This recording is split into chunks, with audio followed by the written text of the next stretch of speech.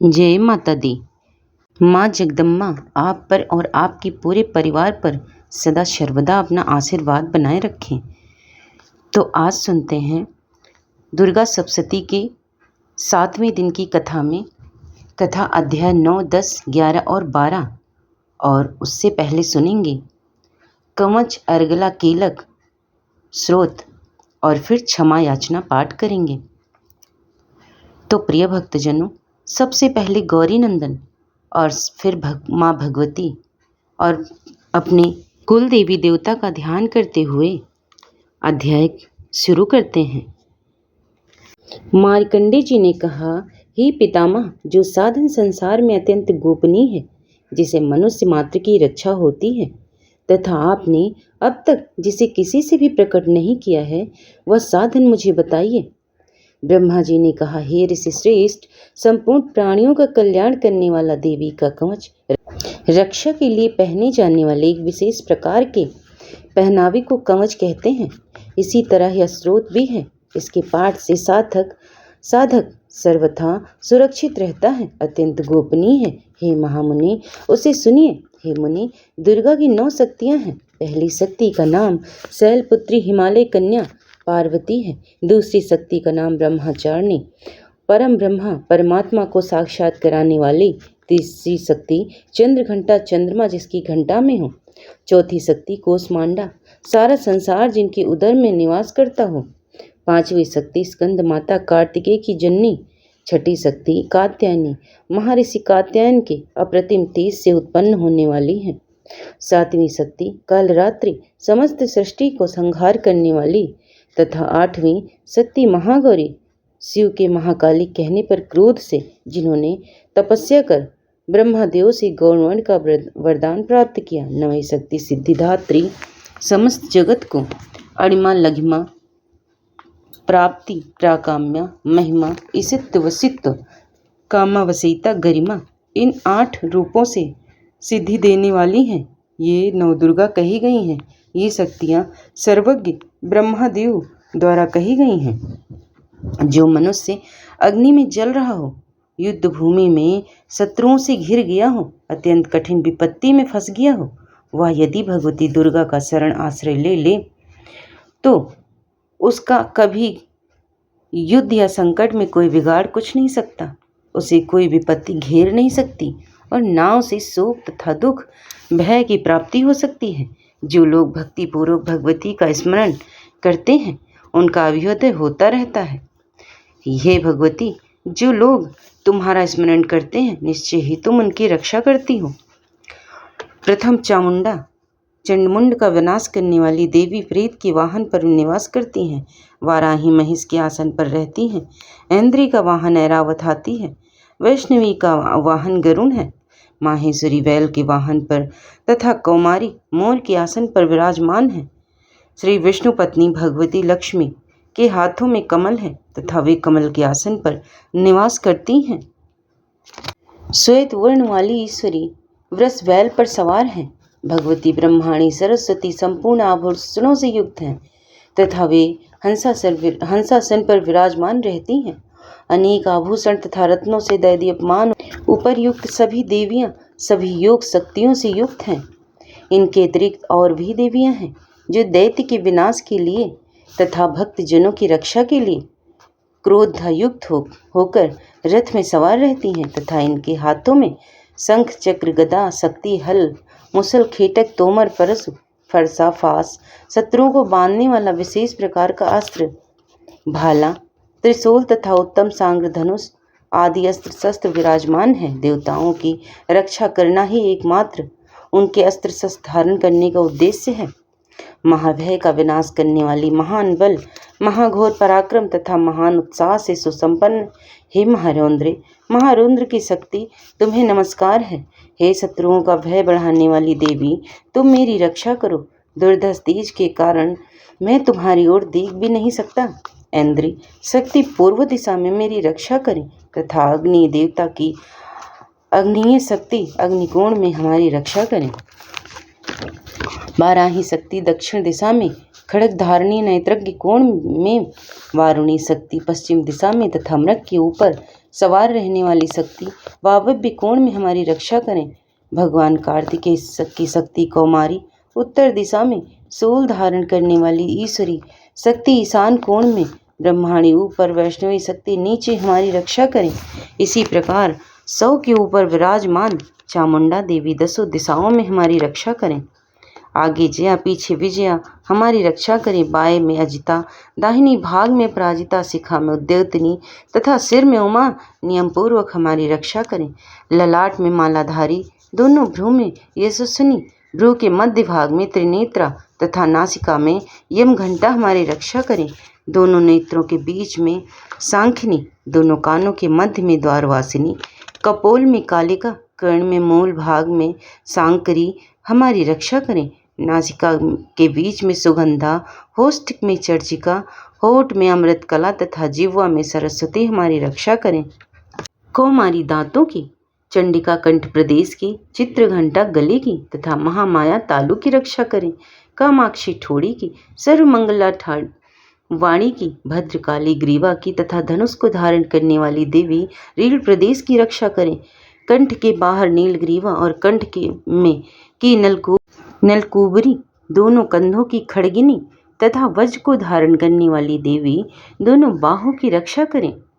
दोनों हाथ में दंड को धारण करने वाली दंडिनी तथा अंबिका अंगुलियों में हमारी रक्षा करें। शूलेश्वरी नखों की तथा कुलेश्वरी कुछ प्रदेश में हमारे स्थित होकर हमारी रक्षा करें। महादेवी दोनों स्तनों की, शोक को नाश करने वाली शोकनाशिनी मन की रक्षा करें। ललिता देवी हृदय में तथा त्रिशूल धारणी उदर प्रदेश में स्थित होकर हमारी रक्षा करें। नाभि में कामिनी तथा गुहा भाग में गुहेश्वरी हमारी रक्षा करें। कामिका तथा पूतना लिंग की तथा महेशवाहिनी गुदा में हमारी रक्षा करें। भगवती कटि प्रदेश में तथा विंध्यवासिनी घुटनों की रक्षा करें। संपूर्ण कामनाओं को प्रदान करने वाली महाबला जंघा की रक्षा करें। नरसिम्ही दोनों पैर के घुट्टियों की, तेजसी देवी दोनों पैरों के पिछले भाग की, श्रीदेवी पैर की उंगलियों की तथा तलवासिनी पैर के निचले भाग तलुओं की रक्षा करें। दृष्टा कराली अपनी दाढ़ों के कारण भयंकर दिखाई देने वाली नखों की ऊर्ध्वकेशनी देवी केशों की कौवेरी, कुबेर की शक्ति रोमवाली के छिद्रों से तथा वागीश्वरी त्वचा शरीर के ऊपरी भाग की चमड़ी में हमारी रक्षा करें। पार्वती देवी रक्त, मज्जा, वसा, मांस, हड्डी और मेदे की रक्षा करें। कालरात्रि आंतों तथा मुकुटेश्वरी पित्त की रक्षा करें। पद्मावती मूलाधार में स्थित सहस्त्र कमल में, चूड़ामणि कफ में, ज्वालामुखी नख राशि में उत्पन्न की तेज की तथा अभेदा जिसका किसी शस्त्र में भेदन न हो, सभी संधियों जोड़ों में हमारी रक्षा करें। ब्रह्माणी शुक्र की, छन्नीश्वरी छाया की, धर्म को धारण करने वाली देवी हमारे अहंकार, मन तथा बुद्धि की रक्षा करें। वज्रहस्ता वज्र को धारण करने वाली, प्राण, अपान, व्यान, उदान तथा समान वायु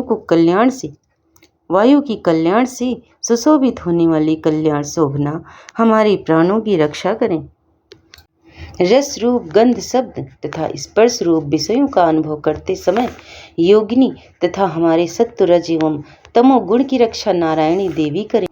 वाराही आयु की, वैष्णवी धर्म की, चक्रनी चक्र को धारण करने वाली यश, कीर्ति, लक्ष्मी, धन तथा विद्या की रक्षा करें। इंद्राणी तुम मेरी कुल की तथा हे चंडिके तुम हमारे पशुओं की रक्षा करो। महालक्ष्मी पुत्रों की तथा भैरवी देवी हमारी स्त्री की रक्षा करें। सुपथा प्रशस्त मार्ग पर चलने वाली हमारे पथ की क्षेम करी कल्याण करने वाली मार्ग की रक्षा करें। राजद्वार, राज दरबार में महालक्ष्मी तथा सब ओर व्याप्त रहने वाली विजया भयों से हमारी रक्षा करें। हे देवी, इस कवच में जिस स्थान की रक्षा नहीं कही गई है उस आरक्षित स्थान में तुम्हारी शक्ति, पाप को नाश करने वाली जयंती देवी हमारी रक्षा करें। यदि मनुष्य अपना कल्याण चाहे तो वह कवच के पाठ के बिना एक पग भी कहीं यात्रा ना करे, क्योंकि कवच का पाठ करके चलने वाला मनुष्य जिस स्थान पर जाता है उसे वहाँ धन का लाभ और संपूर्ण कामना एवं विजय की प्राप्ति होती है। वह पुरुष जिस अभीष्ट वस्तु को पाना चाहता है वह वस्तु उसे निश्चय ही प्राप्त होती है। कवच का पाठ करने वाला इस पृथ्वी पर अतुल ऐश्वर्य प्राप्त करता है।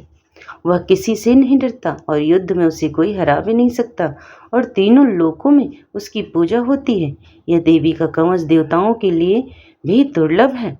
जो लोग तीनों संध्याओं में श्रद्धापूर्वक इस कवच का पाठ करते हैं उन्हें दैवी कला की प्राप्ति होती है। तीनों लोकों में उन्हें कोई जीत नहीं सकता। उस पुरुष की अपमृत्यु अकाल मृत्यु नहीं होती। वह 100 से अधिक वर्षों तक जीवित रहता है। अतः कवच का पाठ करने से लोतासिर में होने वाला खाज का रोग, मगरी, विस्फोटक आदि सभी रोग नष्ट हो जाते हैं। स्थावर विष, कन्नी, भांग, अफीम में रहने वाला जंगम विष, सांप, बिच्छू आदि से उत्पन्न कृत्रिम विशेष अफीम तेल आदि के संयोग से उत्पन्न ये सभी प्रकार के विष नष्ट हो जाते हैं। मारण, मोहन तथा उच्चाटन आदि सभी प्रकार के किए गए अभिचार मंत्र तथा यंत्र पृथ्वी आकाश में विचरण करने वाले ग्राम देवतादि, जल में उत्पन्न होने वाले उपदेश से सिद्ध होने वाले क्षुद्र देवता आदि कवच के पाठ करने वाले मनुष्य को देखते ही विनष्ट हो जाते हैं। जन्म के साथ उत्पन्न होने वाले ग्राम देवता, कुलक्रम से उत्पन्न होने वाले कुल देवता, कंठमाला, डाकिनी, शाकिनी, अंतरिक्ष में विचरण करने वाले अत्यंत भयानक बलवान डाकिनियाँ, ग्रह भूत पिशाच, यज गंधर्व राक्षस, ब्रह्मा राक्षस, बेताल, कूष्मांड तथा भयानक भैरव आदि सभी अनिष्ट करने वाले जीव विशेष कवच का पाठ करने वाले पुरुष को देखते ही विनष्ट हो जाते हैं। कवचधारी पुरुष का राजा के द्वारा सम्मान की प्राप्ति होती है। यह कवच मनुष्य के तेज की वृद्धि करने वाला है। कवच का पाठ करने वाला पुरुष इस पृथ्वी को अपनी कीर्ति से सुशोभित करता है और अपनी कीर्ति के साथ वह नित्य अभ्युदय को प्राप्त करता है। जो कवच का पाठ कर सब सती का पाठ करता है उसकी पुत्र पौत्रादि संतति पृथ्वी पर तब तक विद्यमान रहते हैं जब तक पहाड़, वन, कानन और कानन से युक्त वह पृथ्वी टिकी हुई है। कवच का पाठ कर दुर्गा सप्तशती का पाठ करने वाला मनुष्य मरने के बाद महामाया की कृपा से देवताओं के लिए जो अत्यंत दुर्लभ स्थान है उसे प्राप्त कर लेता है और उत्तम रूप प्राप्त कर शिव जी के साथ आनंद पूर्वक निवास करता है। और अब पढ़ेंगे अगला स्रोत।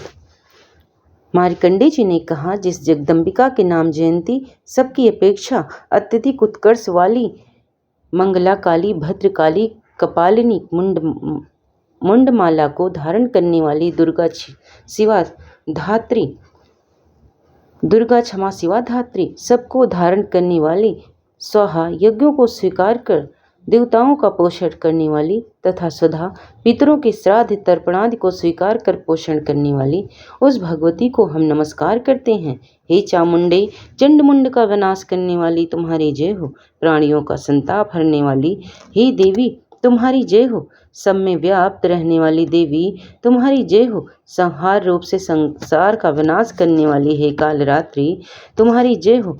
मधु तथा कैटप का विदारण करने वाली एवं ब्रह्मदेव को वरदान देने वाली हे देवी तुम्हारी जय हो।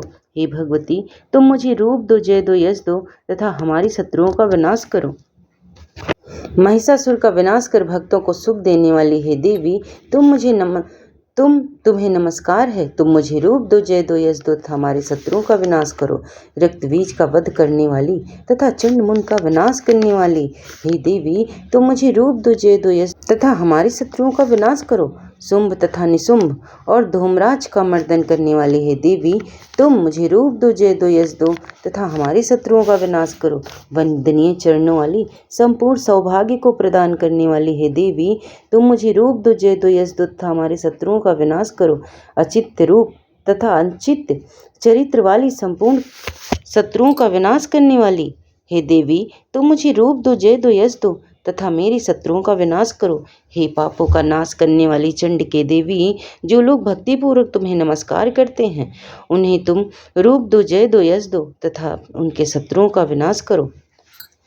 व्याधियों का विनाश करने वाली हे चंडिके देवी, जो लोग भक्तिपूर्वक तुम्हारी स्तुति करते हैं तुम उन्हें रूप दो, जय दो, यश दो तथा उनके शत्रुओं का विनाश करो। हे चंडिके, जो लोग भक्तिपूर्वक तुम्हारी पूजा करते हैं तुम उन्हें रूप दो, जय दो, यश दो तथा उनके शत्रुओं का विनाश करो। हे भगवती, तुम मुझे सौभाग्य तथा आरोग्य दो, मुझे अत्यंत सुख प्रदान करो और मुझे रूप दो, जय दो, यश दो तथा हमारी शत्रुओं का विनाश करो। हे देवी, मेरी शत्रुओं का नाश करो, मुझे बल दो, तुम मुझे रूप दो, जय दो, यश दो तथा हमारी शत्रुओं का संहार करो। हे देवी, मेरा कल्याण करो, मुझे विपुल संपत्ति दो, मुझे रूप दो, जय दो, यश दो तथा हमारे शत्रुओं का विनाश करो।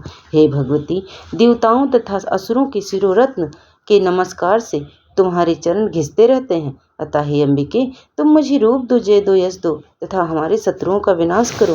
हे भगवती, तुम अपने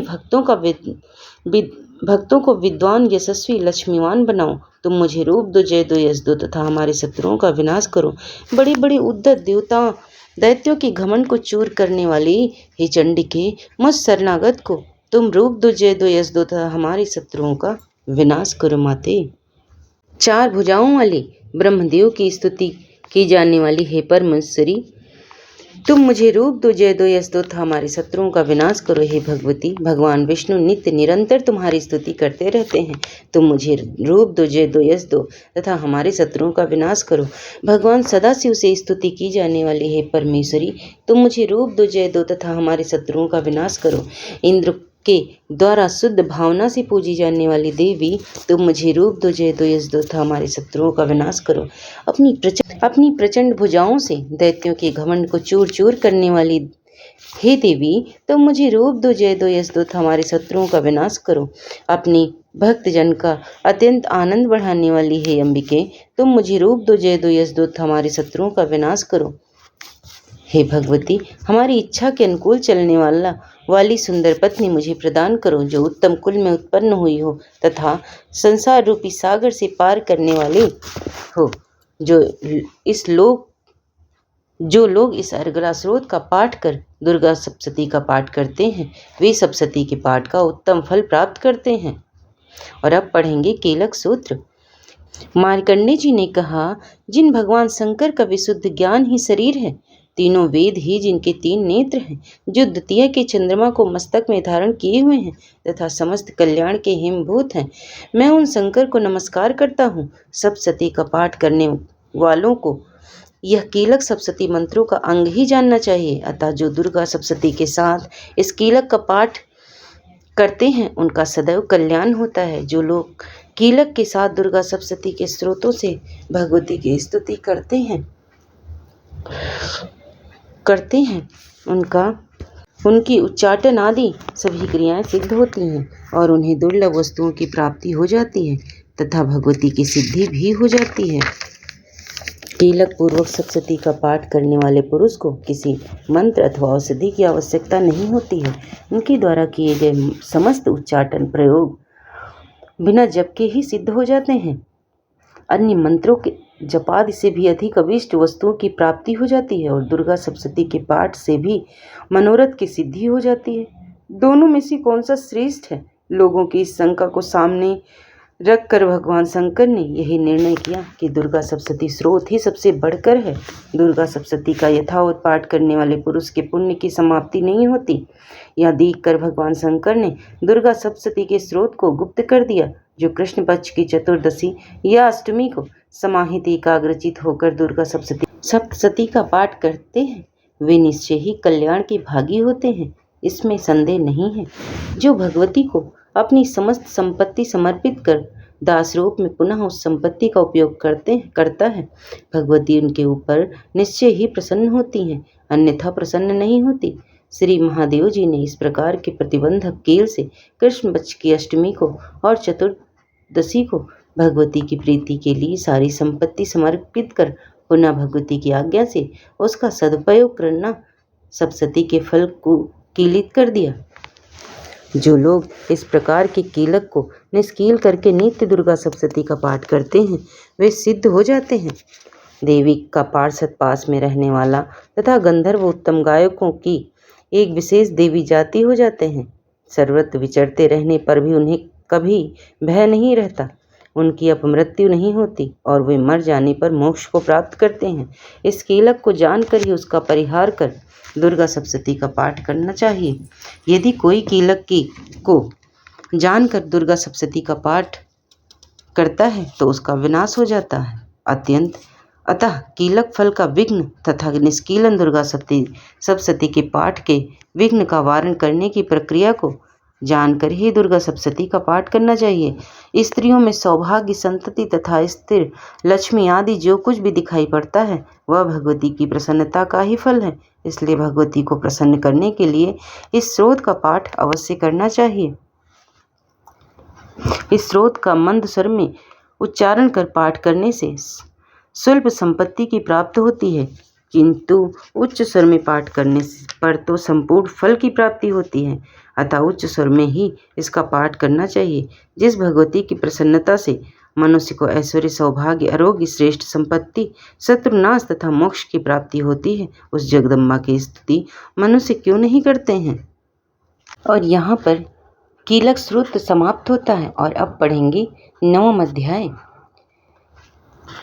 उन अर्धनारीश्वर का रंग बंधूक, पुष्प और सुवर्ण रक्त पीत युक्त है। उनकी भुजाओं में सुंदर स्फटिक की माला, फास, अंकुश और वरद मुद्रा सुशोभित है। उनका आभरण अर्धचंद्र तथा वे 3 नेत्रों से शोभायमान हो रहे हैं। ऐसे अर्धनारीश्वर की मैं शरण में हूँ। राजा ने कहा, हे भगवान, आपने रक्त बीज वध संबंधित देवी चरित्र का विचित्र महत्तम मुझे बताया। रक्तबीज की मृत्यु के अनंतर क्रुद्ध शुंभ और निशुंभ ने आगे क्या किया, अब मैं उसका वर्णन सुनना चाहता हूँ। तब ऋषि ने राजा से कहा, हे राजन, युद्ध में रक्तबीज तथा अन्य राक्षसों के हनन से शुंभ निशुंभ के क्रोध की पराकाष्ठा हो गई। इस प्रकार अपनी विशाल दैत्य सेना का संहार होते देख क्रुद्ध निशुंभ देवी की ओर दौड़ पड़ा। उसके साथ ही दानवों की प्रमुख सेना थी। उसके आगे पीछे तथा फार्स भाग में बड़े बड़े अंगरक्षक दैत्य थे, जो कुपित होकर अपने होठ काटते हुए देवी को मार डालने के उद्देश्य से आए।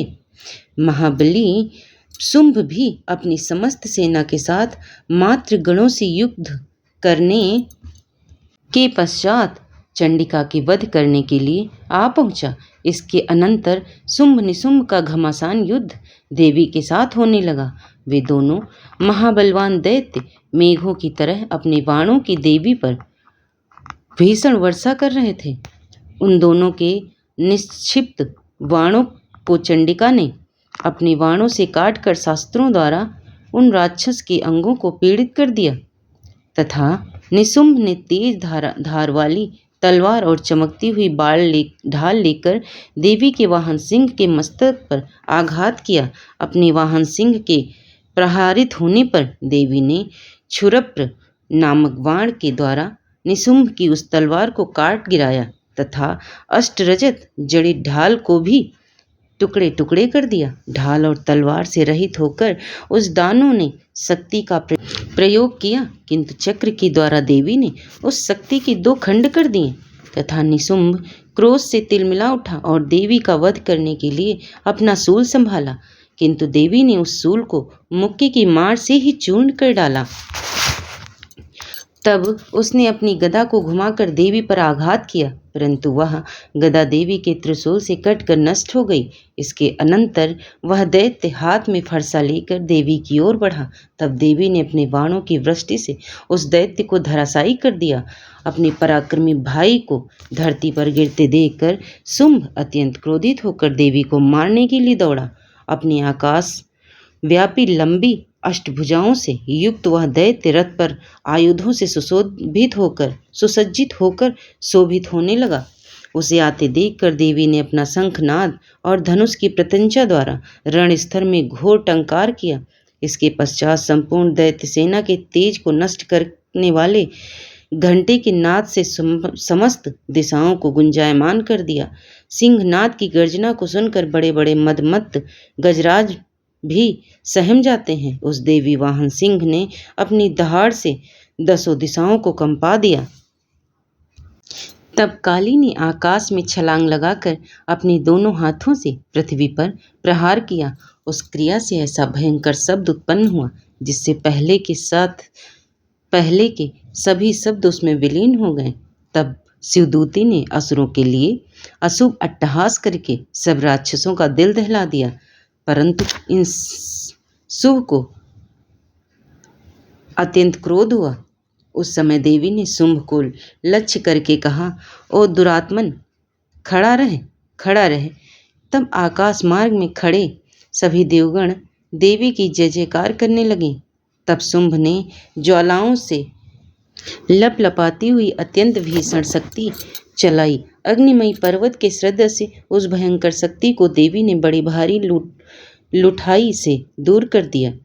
उस समय शुंभ के सिंहनाद से त्रैलोक के गूंज उठे। हे राजन, उसकी ध्वनि से ऐसा प्रतीत हुआ मानो वज्रपात हुआ हो, जिसमें अन्य सभी शब्द समा गए।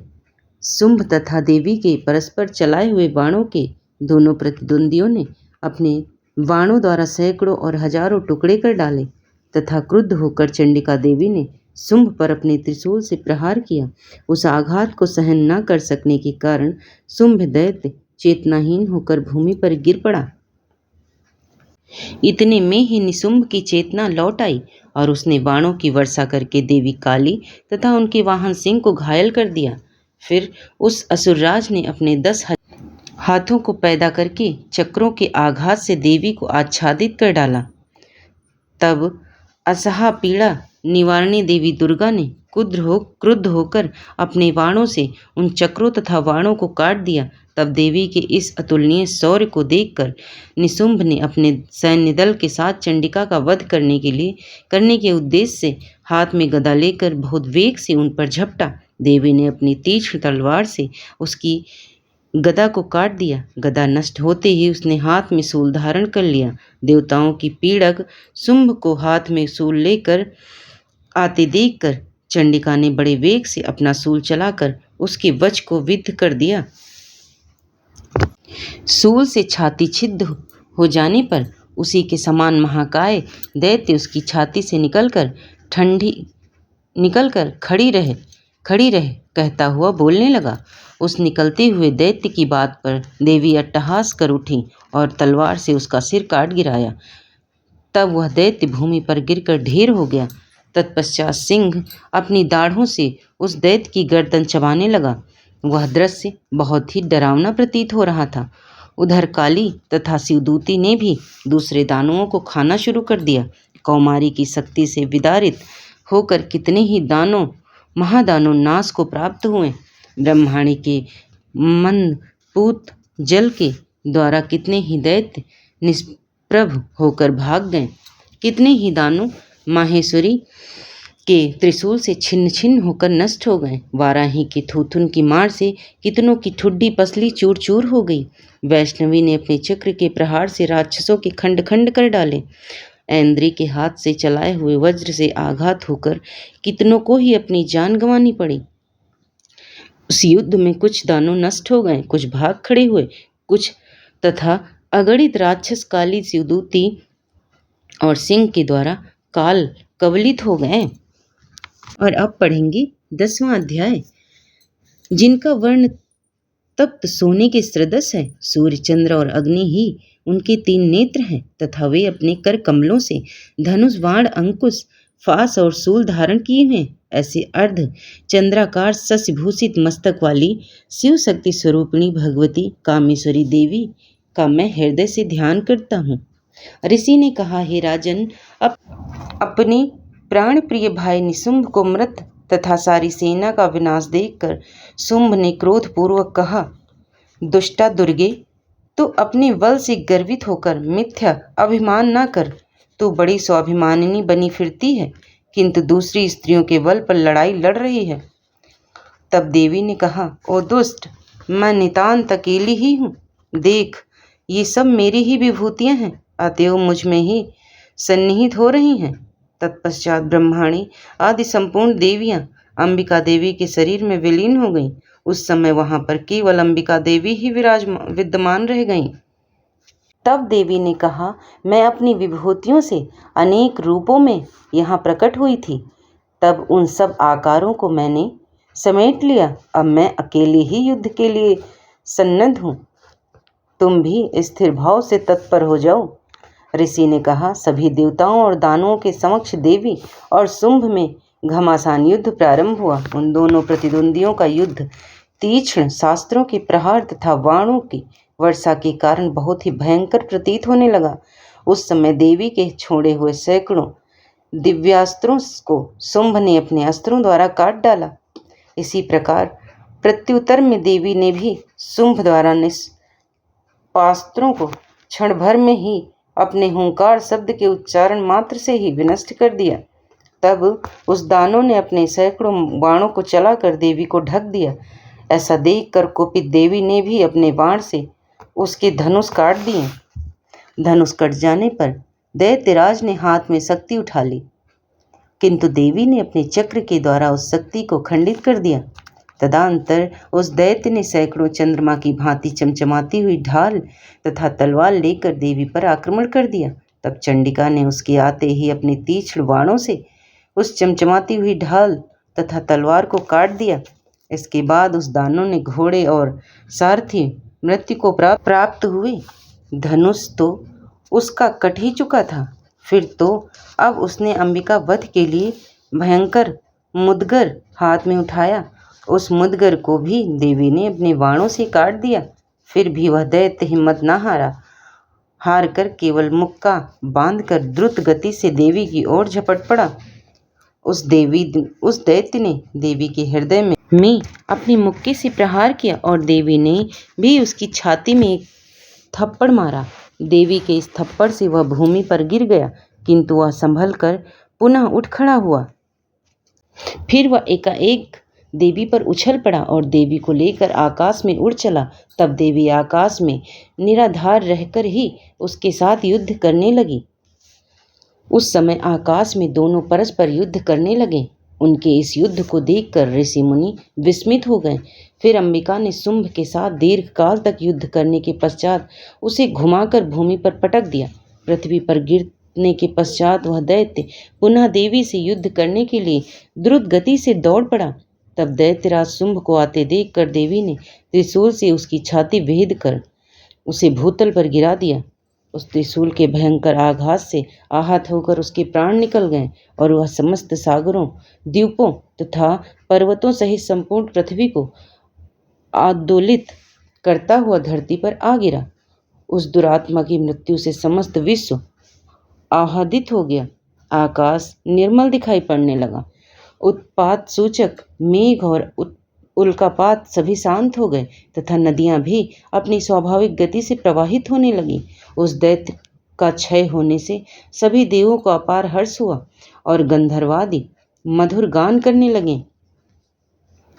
अतः गंधर्व वाद्य वादन करने तथा अप्सराएं नृत्य करने लगी। पृथ्वी वायु बहने लगी। सूर्य की मलिनता दूर होकर चमकने लगी। अग्निशाला की बुझी हुई अग्नि प्रज्वलित हो गई तथा समस्त दिशाओं में गूंजने लगे। भीषण शब्द ही भी शांत हो गए। और यहाँ पर समाप्त होता है 10वां अध्याय। और अब हम पढ़ेंगे 11वां अध्याय। जिनके अंगों की कांति प्रातःकालीन बाल सूर्य के सदृश चंद्रमा के मुकुट में से उनका मस्तक सुशोभित है। उभरे हुए स्तनों एवं 3 नेत्रों से युक्त मुख पर मंद हास्य, हाथों में वरद अंकुश फास एवं अभय मुद्रा शोभित हो रही है। ऐसी भुवनेश्वरी देवी का मैं चिंतन करता हूँ। ऋषि ने कहा, देवी के द्वारा शुंभ का वध होने पर इंद्रादि देवता अग्निदेव को आगे करके कात्यायनी देवी की स्तुति करने लगे। उस समय उन देवगणों की मनोवांछा पूर्ण होने से उनके मुख की कांति चमक रही थी और उस प्रकाश से संपूर्ण दिशाएं अलौकित हो रही थी। देवताओं ने कहा, शरणपन्न की पीड़ा निवारक देवी, हमारे ऊपर प्रसन्न होइए। संपूर्ण जगत की जननी प्रसन्न हो। हे विश्वेश्वरी, विश्व का त्राण करो। हे देवी, तुम ही चराचर विश्व की अधिष्ठात्री हो। तुम ही इस जगत की एकमात्र आधारभूता हो, क्योंकि पृथ्वी के रूप में तुम्हारी ही अवस्थिति है। हे देवी, तुम्हारा पौरुष अलंघनीय है। तुम ही जल के रूप में स्थिर होकर समस्त जगत को तृप्त करती हो। तुम अत्यंत बलशालिनी वैष्णवी शक्ति हो। इस जगत की करुणा रूपिणी परामाया हो। हे देवी, तुमने ही इस संपूर्ण जगत को मोह में डाल कर रखा है। तुम्हारी प्रसन्नता पाकर ही लोग पृथ्वी पर मोक्ष लाभ करते हैं। हे देवी, समस्त विद्याएं तुम्हारे भिन्न भिन्न स्वरूप हैं। इस विश्व में जितनी भी नारियां हैं वे सब तुम्हारी ही प्रतिमूर्ति हैं। हे जगदम्बे, तुमने इस विश्व को व्याप्त कर रखा है। तुम्हारी स्तुति किस प्रकार हो सकती है? तुम सभी स्तवनीय पदार्थों से परे और परावाणी हो। जब तुम्हारी सर्वस्वरूपा देवी होकर स्वर्ग तथा मोक्षदायिनी हो, तब इसी रूप में तुम्हारी स्तुति हो गई। तुम्हारी स्तुति के लिए इससे बढ़कर दूसरी और कौन सी बात हो सकती है?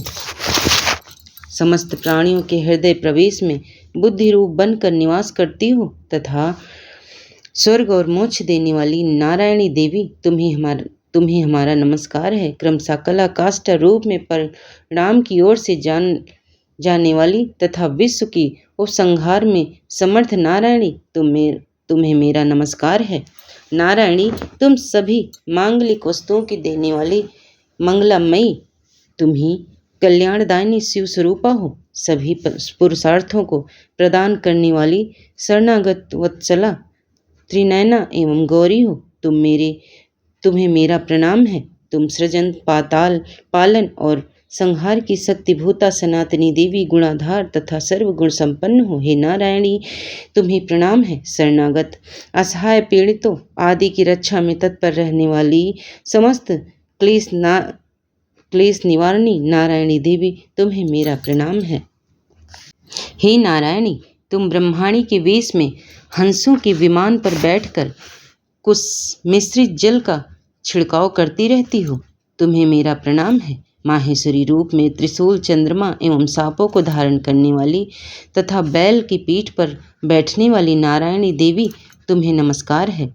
मयूरों और मुर्गों से आच्छादित महाशक्ति धारिणी कौमारी रूप वाली निष्पापी नारायणी, तुम्हें मेरा अभिवादन है।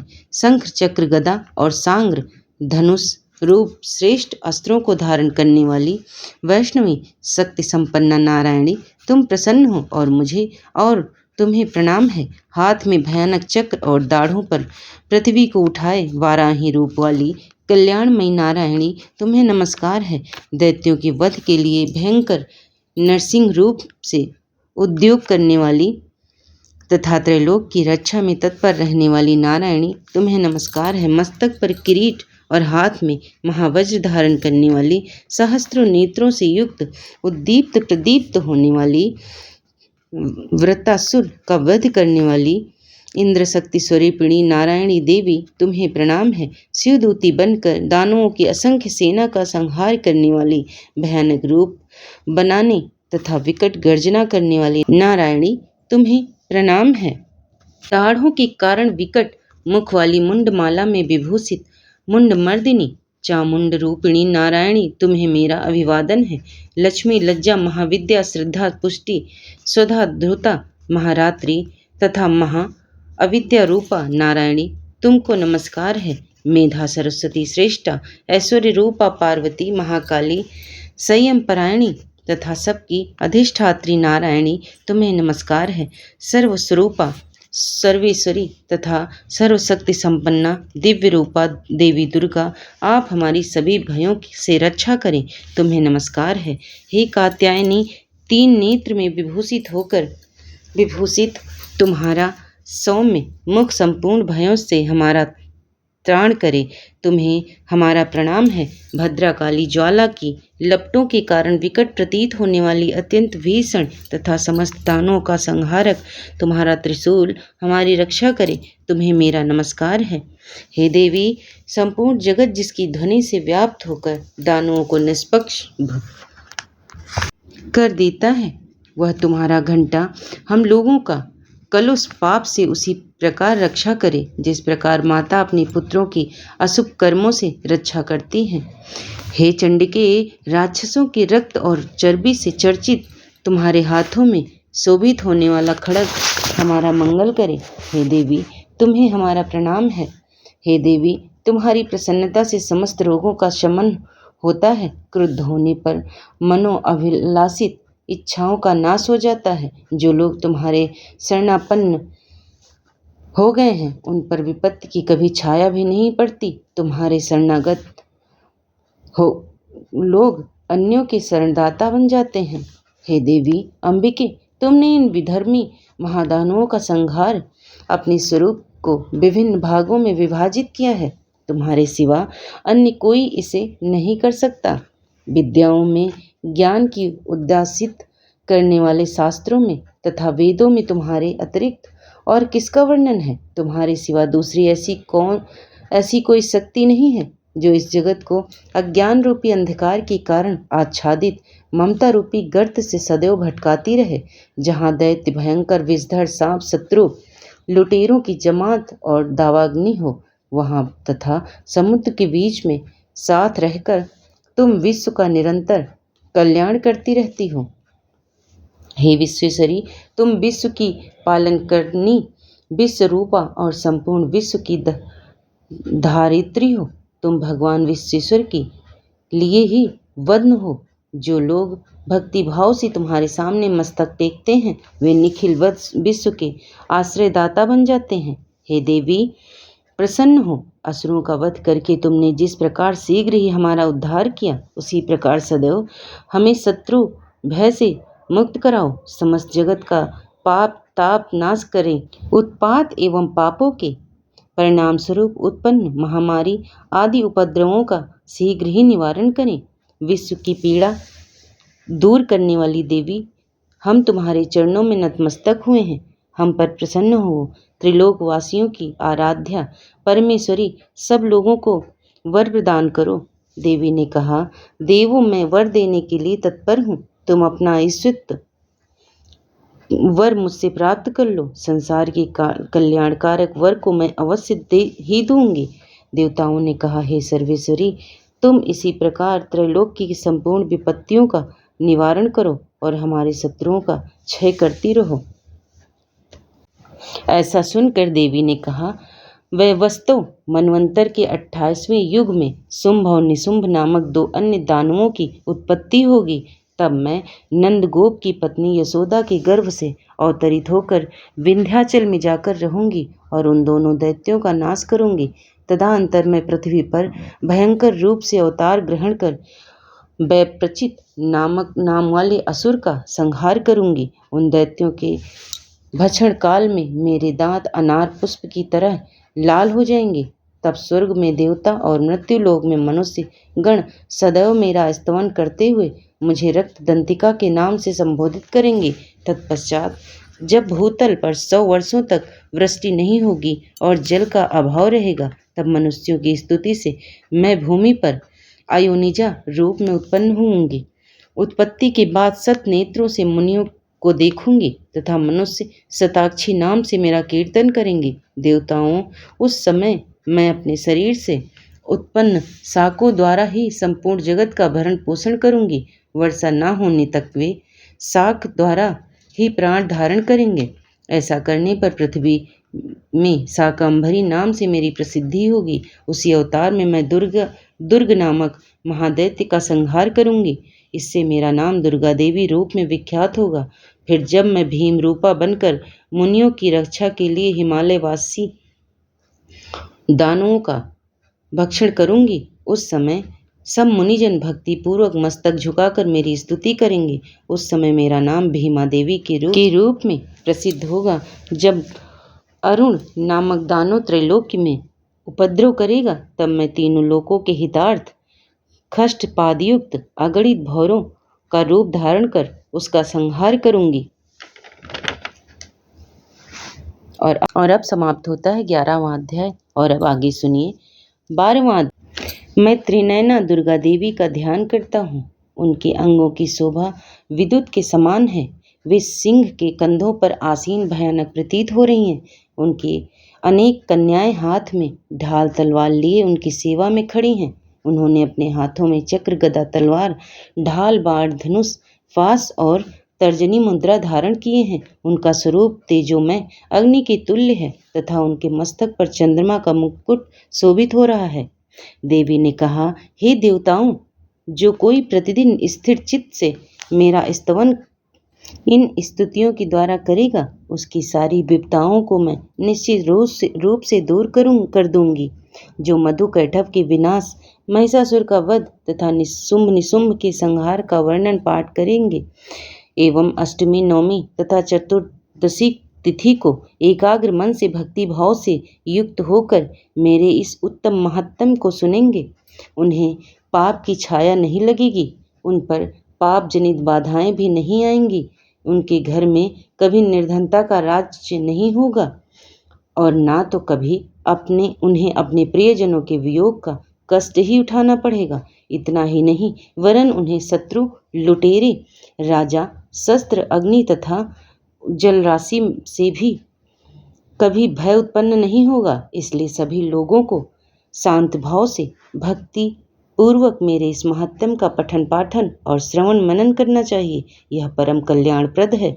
मेरा महात्म महामारी जनित सभी उपद्रवों तथा दैविक और भौतिक तीनों पापों का शमन करने वाला है। मेरे जिस मंदिर में विधि पूर्वक प्रतिदिन इस महात्म का पाठ होता है, वहाँ मेरा सदा निवास रहता है। बलि पूजन, हवन तथा महोत्सव के अवसरों पर मेरे इस चरित्र का पूर्ण रूपेण पाठ तथा श्रवण करना चाहिए। कोई भी मनुष्य विधान को जानकर या अनजाने में ही मेरे उद्देश्य से जो बलि पूजा या होमादि करेगा, उसे मैं सहर्ष स्वीकार करूंगी। शरतकालीन दुर्गा पूजन के समय जो कोई भी इस महात्म को भक्ति भाव से श्रवण करेगा, वह मेरे प्रसाद से सभी विपत्तियों से मुक्त होकर धन धान्य और पुत्रादि से परिपूर्ण होगा। इसमें तिल भर भी संशय नहीं है। मेरे इस महात्म उत्पत्ति की सुंदर गाथाएं तथा युद्धकालीन पराक्रम के श्रवण मात्र से ही मनुष्य भय रहित हो जाता है। मेरे महात्म को सुनने वाले व्यक्तियों के शत्रु नष्ट हो जाते हैं तथा उन्हें कल्याण पद प्राप्त होता है। उनके कुल प्रफुल्लित रहते हैं। शांति कर्म में अशुभ स्वप्न दर्शन होने पर तथा ग्रहजनित भयंकर पीड़ा होने में मेरे इस महात्म को सुनना चाहिए। ऐसा करने से सभी बाधाएं तथा भयंकर ग्रह पीड़ाएं शांत होती हैं और मनुष्य को अशुभ फलकारी स्वप्न शुभ फल देने वाला हो जाता है। यह महात्म बाल ग्रहों से आक्रांत दिशाओं के लिए शांतिदायक तथा मनुष्यों के संगठन में पारस्परिक वैमनस्य उत्पन्न होने पर उनमें मित्रता स्थापित कराने वाला सिद्ध होता है। इस महात्म से संपूर्ण दुराचारियों के बल का क्षय होता है। इसके पाठ से दानवों, भूतों तथा पिशाचों का नाश होता है। मेरा यह महात्म मेरे सानिध्य की उपलब्धि कराने वाला है। उपासकों के द्वारा साल भर तक पशु, पुष्प, अर्घ्य, धूप, दीप, गंध आदि श्रेष्ठ सामग्रियों द्वारा पूजन करने, ब्राह्मणों को भोजन कराने, हवन करने, प्रतिदिन अभिषेक करने, नाना प्रकार के भोगों का अर्पण करने तथा दान देने से मुझे उतनी प्रसन्नता नहीं होती जितना इस उत्तम चरित्र का एक बार श्रवण करने से होती है। इस महात्म को सुनने से पाप पुंजों के क्षय का आरोग्य लाभ होता है। मेरी उत्पत्ति का कीर्तन करने से समस्त भूतों में से रक्षा होती है तथा मेरा युद्ध संबंधी चरित्र दुष्ट दानवों का संहारक है। उसके श्रवण मात्र से ही मनुष्य निर्भय हो जाता है। हे देवताओं, तुमने और महर्षियों ने मेरी जो स्तुतियां की हैं तथा ब्रह्मा जी द्वारा की हुई स्तुतियां सभी कल्याणकारी बुद्धि देती हैं। वन में, सुनसान स्थल में या दावाग्नि से घिरे जाने पर, जनहीन स्थान में लुटेरों के चक्कर में आ जाने पर, शत्रुओं द्वारा बंदी होने पर अथवा वन में सिंह, व्याघ्र, जंगली हस्तियों के पीछा करने पर, राजाज्ञा से बंधन या वक्ष स्थल पर ले जाने के समय अथवा समुद्र में यात्रा करते समय तूफान के कारण नाव डगमगाने पर, भयंकर युद्ध में शस्त्रों का आघात होने पर वेदना से पीड़ित होने, इतना ही नहीं वरन समस्त भीषण बाधाओं के सामने आने पर जो कोई इस चरित्र का स्मरण करता है वह व्यक्ति संकट से पार हो जाता है। मेरे प्रभाव से सिंह आदि हिंसक जंतु नाश को प्राप्त होते हैं तथा लुटेरे उन शत्रु भी मेरे चरित्र का स्मरण करने वाले लोगों से दूर भाग जाते हैं। पराक्रम वाली देवी भगवती चंडिका वही अंतर्ध्यान हो गई। तब सभी देवता शत्रु के मारे जाने से यक्षांश का उपभोग पहले की तरह निर्भय होकर करने लगे और अपने अधिकार का उपयोग करने लगे। महाबलवान दैत्य शुंभ निशुंभ की मृत्यु के अनंतर शेष बचे खुचे दैत्य पाताल लोक को चले गए। हे राजन, इस प्रकार भगवती अंबिका शाश्वत और नित्य होते हुए भी बारंबार अवतरित होकर भूभार हरण करके संसार का रक्षण करती हैं। वे ही इस विश्व को मोहित करती हैं, जगत की सृष्टि करती हैं तथा प्रार्थना करने पर संतुष्ट हो विज्ञान और स्मृति प्रदान करती हैं। हे राजन, महाप्रलय काल में महामारी स्वरूपिणी वे महाकाली ही इस संपूर्ण ब्रह्मांड में व्याप्त रहती हैं। समय समय पर वे ही महामारी होती हैं और वे ही स्वयं अजन्मा होते हुए भी सृष्टि के रूप में उत्पन्न होती हैं। वे सनातनी देवी ही समय के अनुकूल समस्त जीवों की रक्षा करती हैं। मनुष्यों के उत्थान काल में वे ही ग्रह में लक्ष्मी के रूप में निवास करती हैं और उन्नति प्रदान करती हैं, और फिर वे ही पतन काल में निर्धनता के वेश में विनाश कर कारण बनती हैं। पुष्प धूप गंध आदि से विधिवत पूजन करके उनका स्तवन करने से वे धन धान्य पुत्र सद्बुद्धि तथा उत्तम गति को प्रदान करती हैं। और यहीं पर अध्याय 12 समाप्त होता है। और अब हम पढ़ेंगे क्षमा याचना। हे जगदम्बिके, मेरी द्वारा किए गए पाठ में जहाँ कहीं मात्राओं की त्रुटि, विसर्ग, अनुस्वार के उच्चारण में कमी रह गई हो तो इन समस्त त्रुटियों को आप क्षमा करके मेरे किए गए संकल्पों को पूर्ण करने की कृपा प्रदान करें। हे परमेश्वरी, मेरी द्वारा रात दिन सहस्त्रों अपराध होते रहते हैं। यह मेरा दास है ऐसा कहकर, ऐसा समझकर मेरे उन अपराधों को आप कृपा पूर्वक क्षमा करें। हे परमेश्वरी, मैं आवाहन नहीं जानता, विसर्जन करना भी नहीं जानता तथा पूजा करने की विधि भी नहीं जानता, अतएव मुझे क्षमा करो। हे परमेश्वरी, हे सुरेश्वरी, मैंने जो मंत्रहीन, क्रियाहीन, भक्तिहीन आपकी पूजा की है वह सब आपकी कृपा से पूर्ण हो जाए। सैकड़ों अपराध करके भी जो आपके शरण में आकर जगदम कहकर पुकारता है उसे वह गति प्राप्त होती जो ब्रह्मादि देवताओं के लिए भी सुलभ नहीं है। जगदम्बिके, मैं अपराधी हूँ किंतु आपकी शरण में आया हूँ। इस समय दया का पात्र हूँ, आप जैसा चाहें वैसा करें। हे परमेश्वरी देवी, अज्ञान से, भूल से अथवा बुद्धि की भ्रांति होने के कारण मैंने जो न्यूनता अधिकता कर दी हो वह सब क्षमा करें और मुझ पर प्रसन्न हुए। माते सच्चिदानंद स्वरूपा परमेश्वरी जगन्माता कामेश्वरी, आप प्रेम पूर्वक मेरी यह पूजा स्वीकार करें और मुझ पर प्रसन्न हुए। देवी सुरेश्वरी, आप गोपनीय से गोपनीय वस्तुओं की रक्षा करती हैं। मेरे द्वारा निवेदन किए गए इस जप पाठ को ग्रहण स्वीकार करें। आपकी कृपा से मुझे सिद्ध सफलता प्राप्त होवे। और यहीं पर क्षमा याचना भी समाप्त होती है। और प्रिय भक्तजनों, अगर आपको कथा पसंद आ जाए तो चैनल को लाइक, शेयर, सब्सक्राइब कर लेना और एक छोटा सा कमेंट जरूर करिएगा। धन्यवाद।